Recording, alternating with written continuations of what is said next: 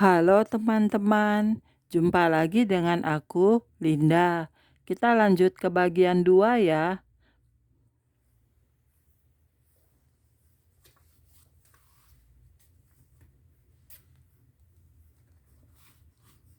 Oke, mari kita mulai. Para malaikat di dalam Alkitab. Para malaikat banyak ditulis dalam Alkitab, dan Alkitab mengajarkan bahwa mereka adalah makhluk-makhluk yang real. Sebagai firman yang berasal dari Allah sendiri, Alkitab adalah sumber yang terbaik bagi kita untuk mendapatkan pengertian tentang sifat yang sebenarnya dari para malaikat. Semua firman Allah adalah murni.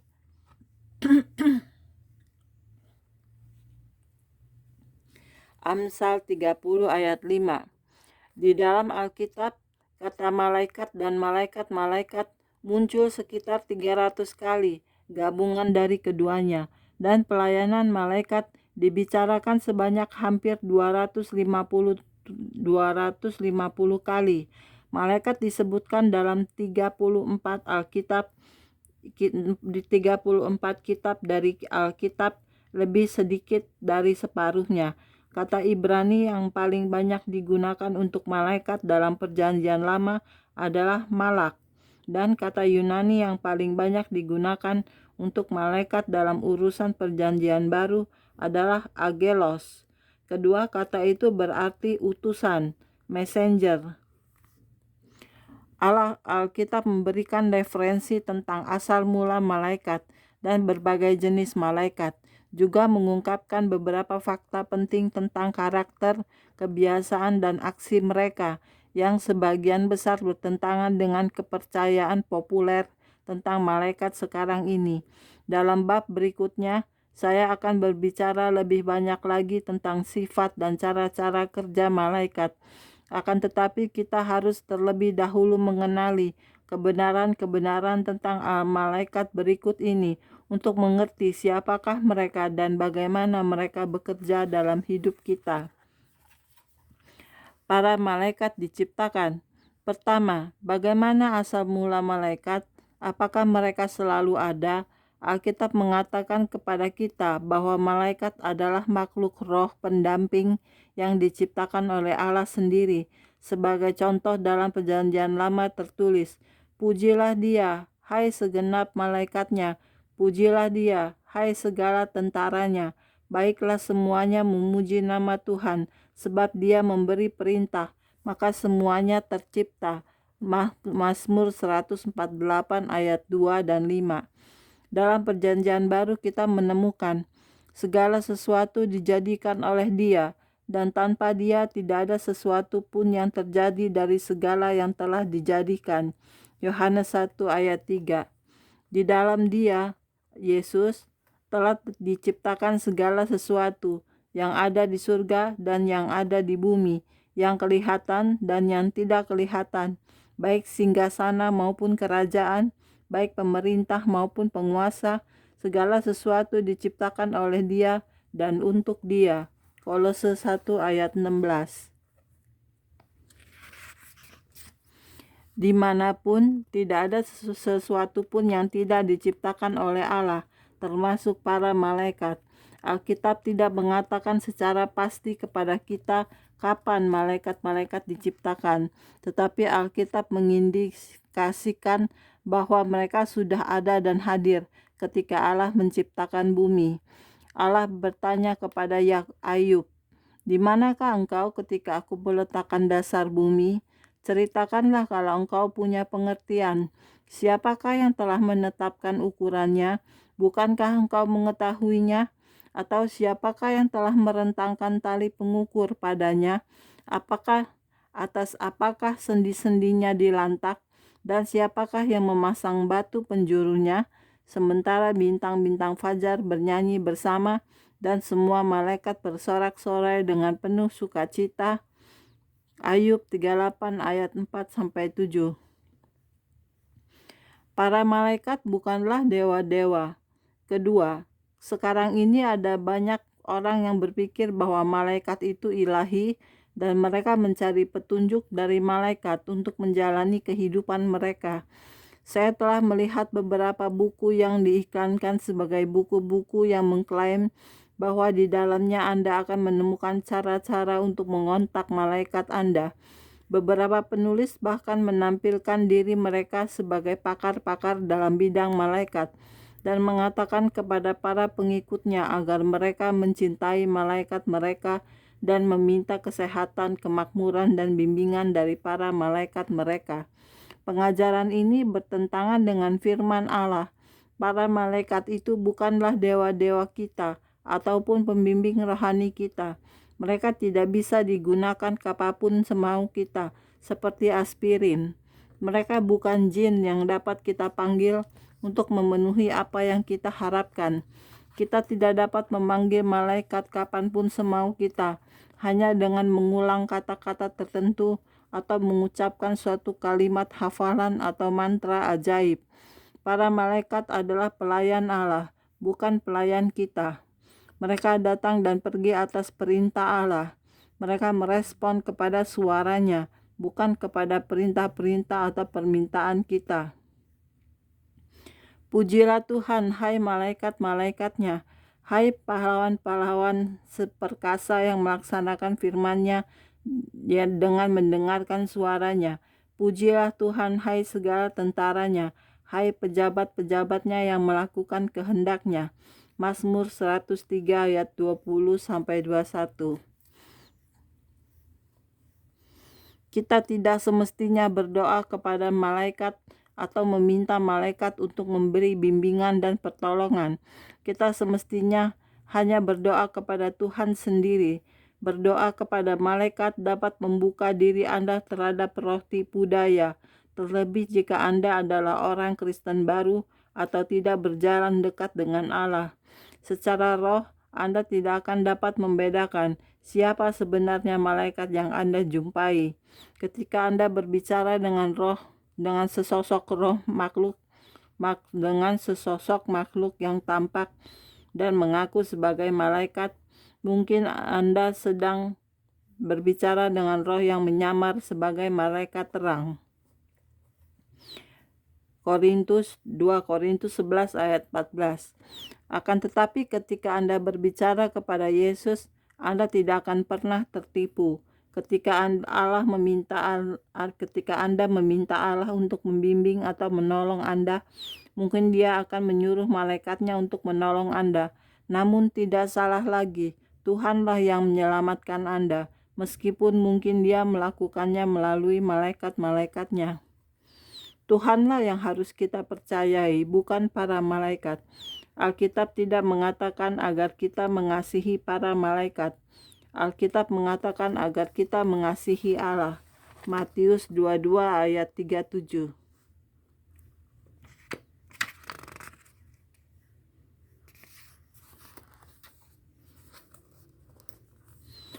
Tersungkurlah aku di depan kakinya, akan tetapi malaikat itu berkata kepada Yohanes, "Janganlah berbuat demikian, aku adalah hamba, sama dengan engkau dan saudara-saudaramu yang memiliki kesaksian Yesus.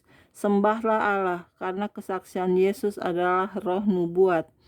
Sekali lagi dalam Wahyu 22, Yohanes menulis, "Dan aku Yohanes, akulah yang telah mendengar dan melihat semuanya itu. Dan setelah aku mendengar dan melihatnya, aku tersungkur di depan kaki malaikat yang telah menunjukkan semuanya itu kepadaku untuk menyembahnya.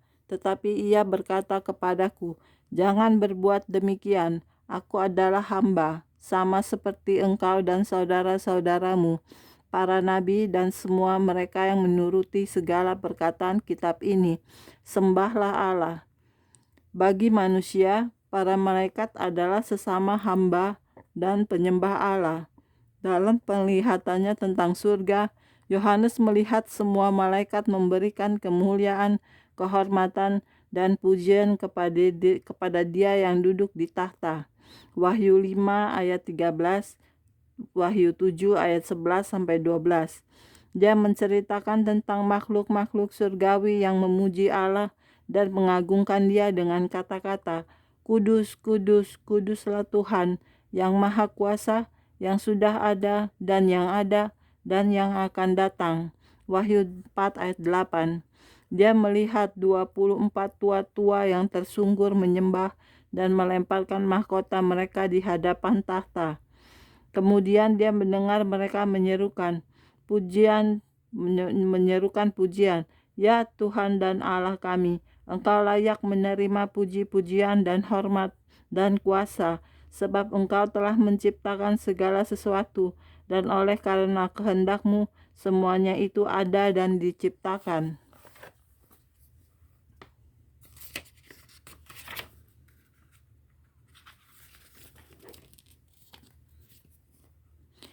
Ketika Nabi Yesaya menjelaskan penglihatannya tentang surga dalam pasal 6 dari kitabnya, dia mengatakan bahwa para malaikat kerubim menyerukan pujian penyembahan yang tak henti-hentinya. Kudus, kudus, kuduslah Tuhan semesta alam, seluruh bumi penuh kemuliaannya. Yesaya 6 ayat 3. Dari penglihatan saya tentang surga, aktivitas favorit semua malaikat sepertinya adalah menyembah Allah. Para malaikat terus-menerus menyembah Dia. Mereka menyanyikan pujian bagi Allah tanpa henti. Mereka membungkuk di hadapannya dan menyembah Dia. Mereka menaati Dia, melaksanakan perintahnya, dan melakukan kehendak-Nya. Sekali lagi, kita tidak boleh menyembah pribadi atau ciptaan lain. Tidak peduli siapapun yang berusaha membujuk kita untuk melakukannya. Hanya Allah yang layak disembah dan dipuji. Akan tetapi, kita seharusnya tahu bahwa Dia memperlengkapi kita dengan pertolongan ilahi dalam bentuk malaikat. Allah menyertai kita. Dia tidak akan pernah meninggalkan anak-anaknya sendirian. Mengirimkan malaikatnya untuk menolong kita adalah salah satu caranya untuk menunjukkan bahwa Dia ada bersama kita. Yesus Kristus lebih besar dari para malaikat. Ketiga, beberapa orang percaya bahwa Yesus Kristus itu setara dengan malaikat, atau bahkan Dia lebih rendah dari malaikat. Mungkin orang-orang itu menarik kesimpulan tersebut setelah membaca ayat berikut ini.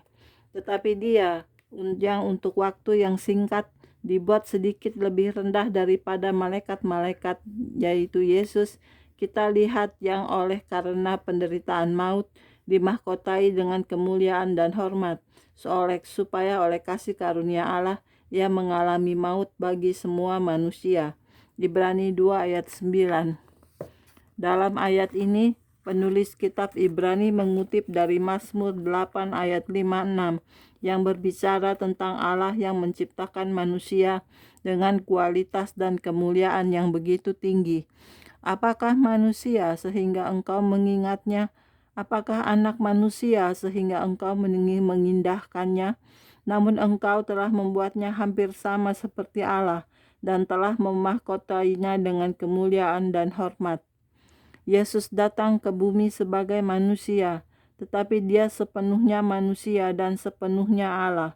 Dengan sukarela Dia mengesampingkan semarak kemuliaan kealahannya, tetapi bukan realitanya sebagai Allah.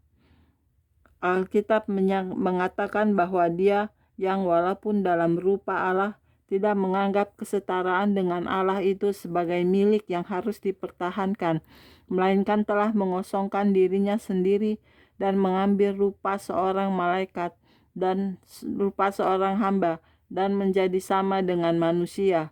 Dan dalam keadaan sebagai manusia, Ia telah merendahkan dirinya dan taat sampai mati, bahkan sampai mati di kayu salib.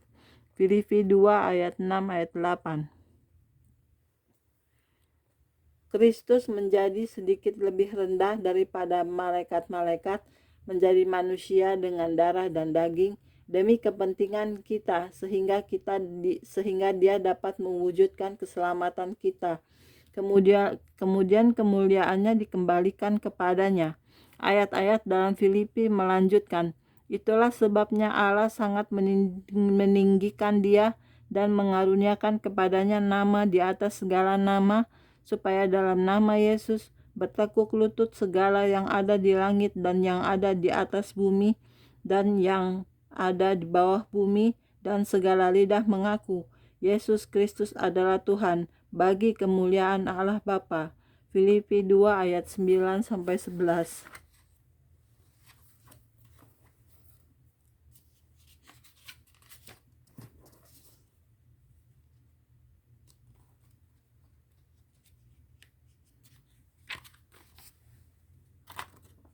Kita juga membaca di dalam Efesus, yang dikerjakannya di dalam Kristus dengan membangkitkan Dia, Yesus, dari antara orang mati dan mendudukkan Dia di sebelah kanannya di sorga, jauh lebih tinggi daripada segala pemerintah dan penguasa dan kekuasaan dan kerajaan dan tiap-tiap nama yang dapat disebut, bukan hanya di dunia ini saja, melainkan juga di dunia yang akan datang. Dan segala sesuatu telah diciptakannya di bawah kaki Kristus, dan Dia telah diberikannya kepada jemaat sebagai kepala dari segala yang ada. Jemaat yang adalah tubuhnya, yaitu kepenuhan Dia yang memenuhi semua dan segala sesuatu. Efesus 1 ayat 20-23. 1 Petrus 3 ayat 21-22. Berkata, Yesus Kristus telah naik ke surga dan duduk di sebelah kanan Allah. Semua malaikat dan kekuasaan dan kekuatan telah ditaklukkan kepadanya. Untuk selamanya, Kristus senantiasa lebih tinggi dan lebih hebat daripada semua malaikat. Firman Allah dalam Ibrani berkata bahwa Yesus jauh lebih tinggi dari malaikat-malaikat, sama seperti nama yang dikaruniakan kepadanya jauh lebih indah daripada nama mereka. Ibrani 1 ayat 4. Kemudian ayat itu dilanjutkan dengan, karena kepada siapakah di antara malaikat-malaikat itu pernah Ia katakan, Anakku engkau telah kuperanakan pada hari ini, dan aku akan menjadi bapanya, dan ia akan menjadi anakku.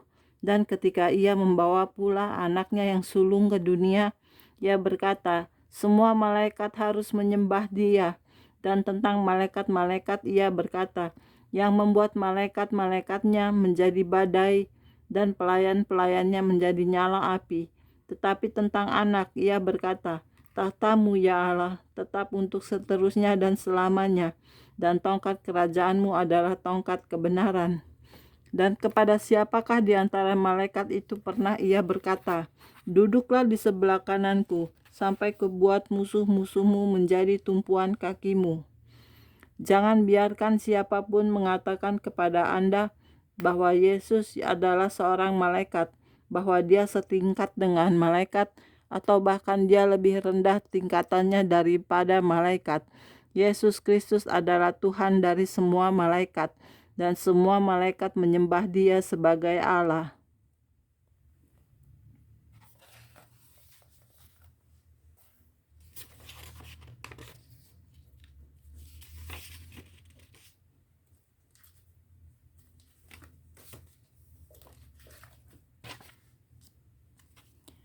Oke, sekian dulu untuk hari ini videonya ya. Kita lanjut ke video berikutnya. Jangan lupa subscribe ya. Terima kasih. Tuhan berkati kita semua. Amin. Bye-bye.